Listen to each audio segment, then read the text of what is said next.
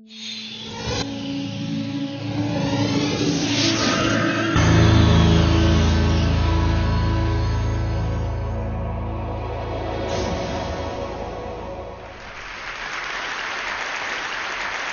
write about food, I write about cooking, I take it quite seriously, but I'm here to talk about something that's become very important to me in the last year or two. It is about food, but it's not about cooking per se.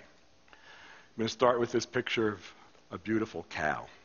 I'm not a vegetarian, this is the old Nixon line, right? But I still think that this may be this era's version of this. Now, that is only a little bit hyperbolic. And why do I say it? Because only once before has the fate of individual people and the fate of all of humanity been so intertwined. There was the bomb, and there's now. And where we go from here is going to determine not only the quality and the length of our individual lives, but whether if we could see the Earth a century from now, we'd recognize it. It's a holocaust of a different kind, and hiding under our desks isn't going to help. Start with the notion that global warming is not only real, but dangerous.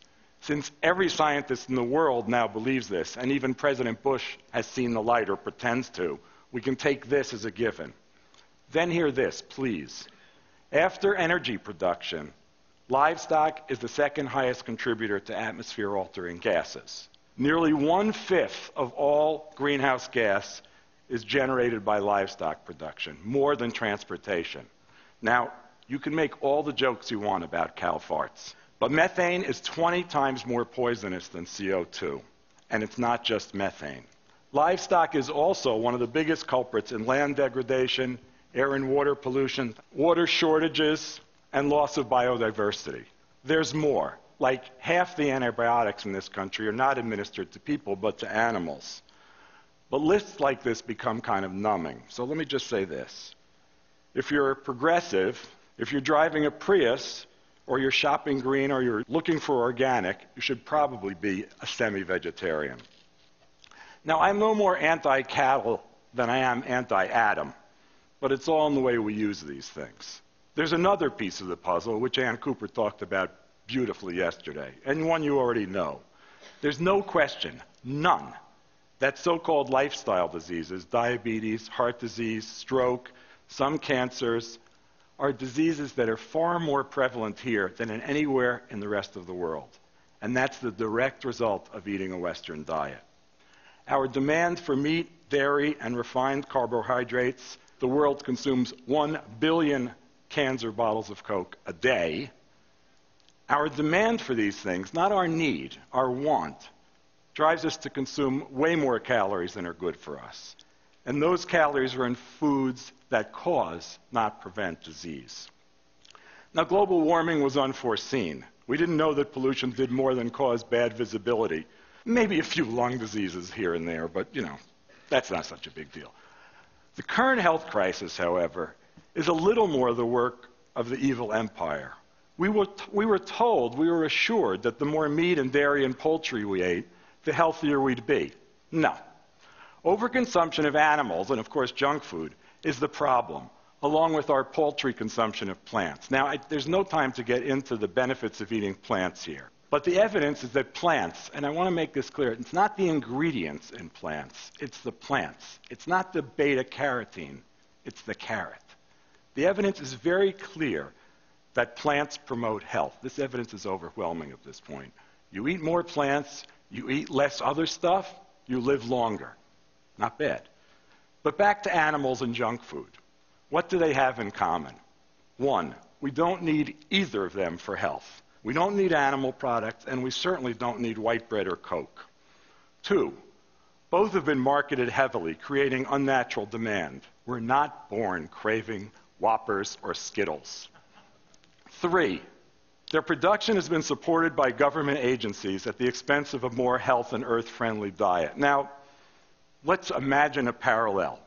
Let's pretend that our government supported an oil-based economy while discouraging more sustainable forms of energy, knowing all the while that the result would be pollution, war, and rising costs. Incredible, isn't it? Yet they do that, and they do this here. It's the same deal.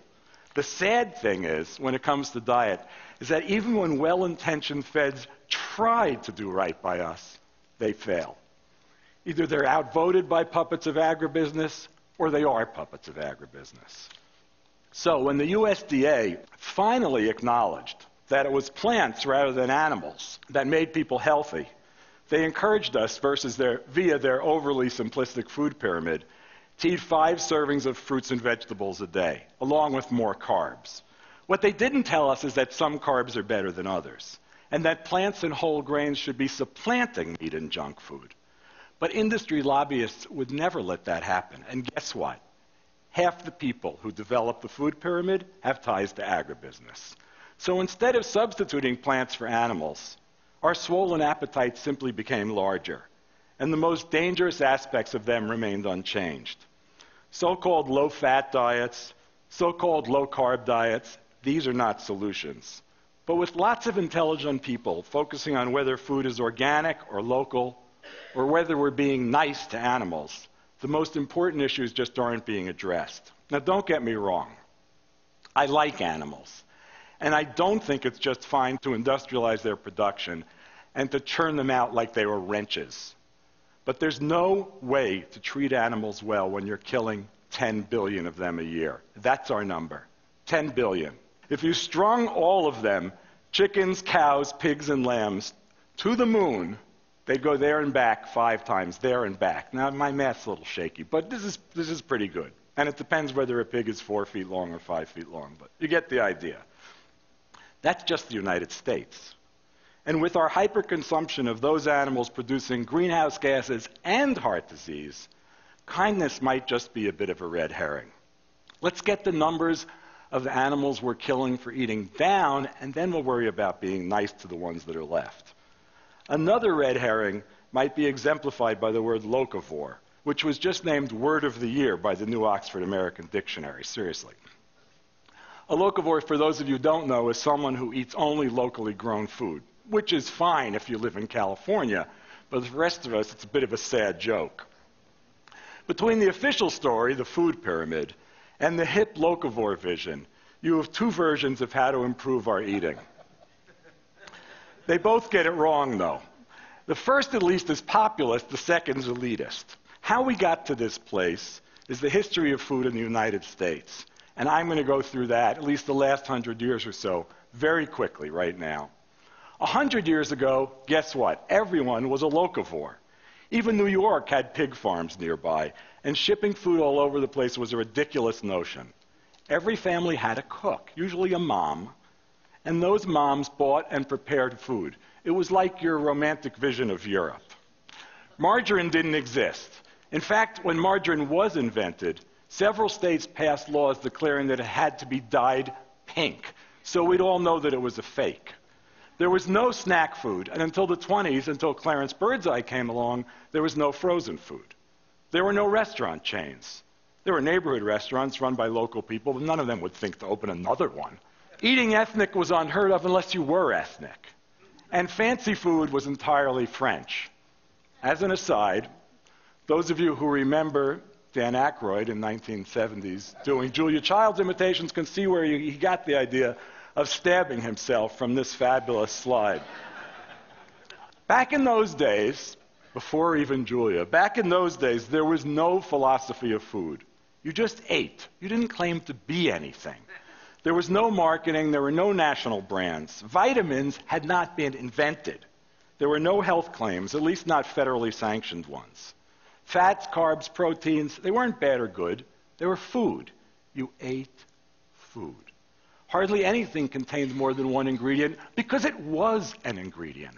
The cornflake hadn't been invented. The Pop-Tart, the Pringle, Cheese Whiz, none of that stuff. Goldfish swam. It's hard to imagine. People grew food and they ate food. And again, everyone ate local. In New York, an orange was a common Christmas present because it came all the way from Florida. From the 30s on, road systems expanded, trucks took the place of railroads, fresh food began to travel more, oranges became common in New York. The South and West became agricultural hubs, and in other parts of the country, suburbs took over farmland. The effects of this are well known, they're everywhere, And the death of family farms is part of this puzzle, as is almost everything, from the demise of the real community to the challenge of finding a good tomato even in summer. Eventually, California produced too much food to ship fresh, so it became critical to market canned and frozen foods. Thus arrived convenience. It was sold to proto-feminist housewives as a way to cut down on housework. Now, I know everybody over the age of like 45's mouths are watering at this point. And if we had a slide of Salisbury steak, even more so, right?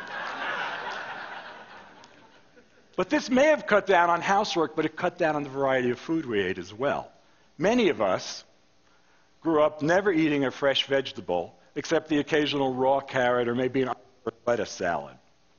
I, for one, and I'm not kidding, didn't eat real spinach or broccoli till I was 19.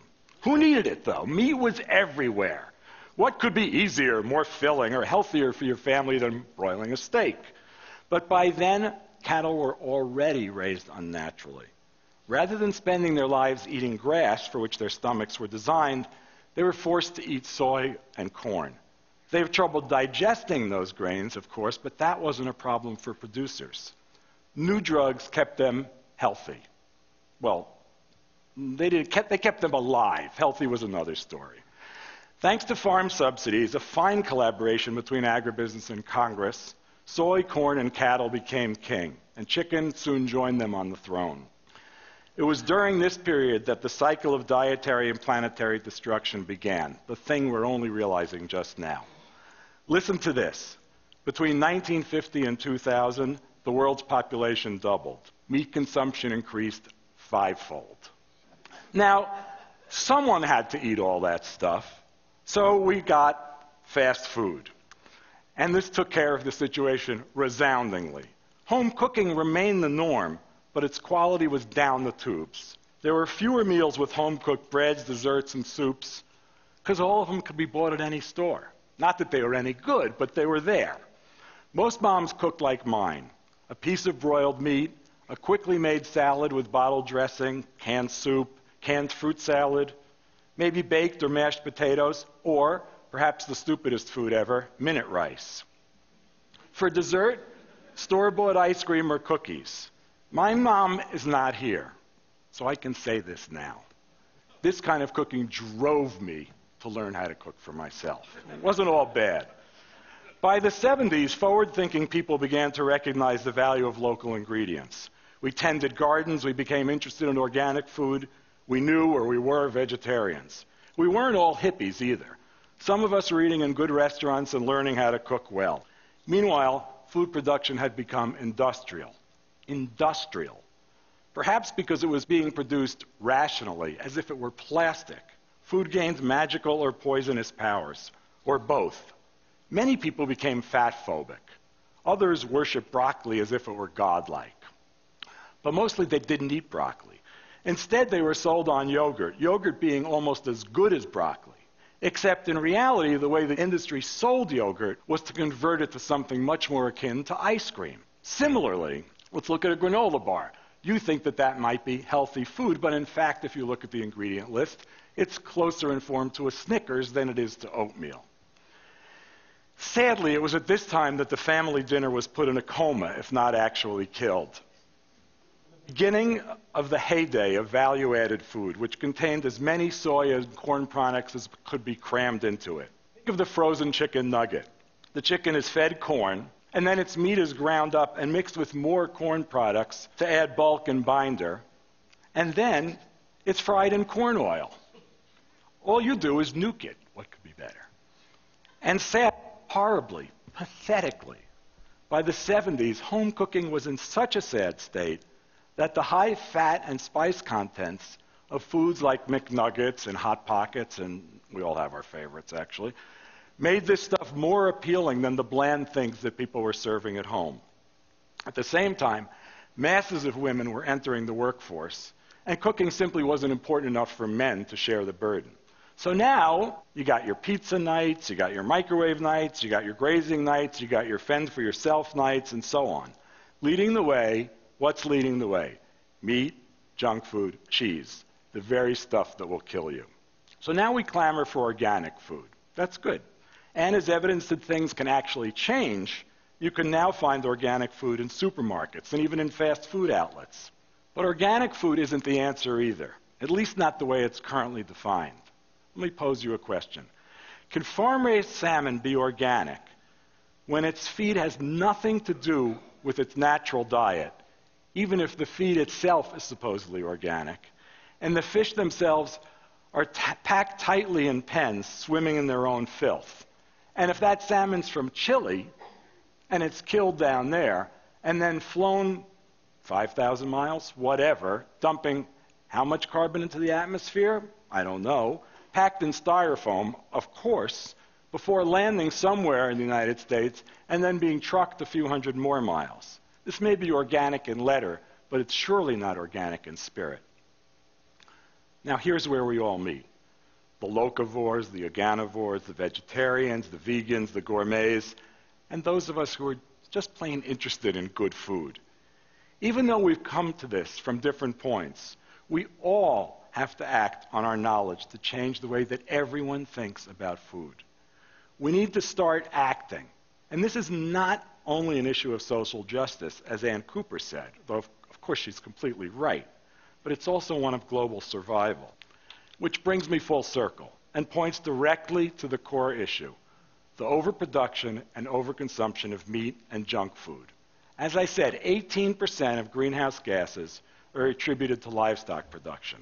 How much livestock do you need to produce this? 70% of the agricultural land on Earth, 30% of the Earth's land surface is directly or indirectly devoted to raising the animals we'll eat. And this amount is predicted to double in the next 40 years or so. And if the numbers coming in from China are anything like what they look like now, it's not going to be 40 years. There is no good reason for eating as much meat as we do, and I say this as a man who has eaten a fair share of corned beef in his life.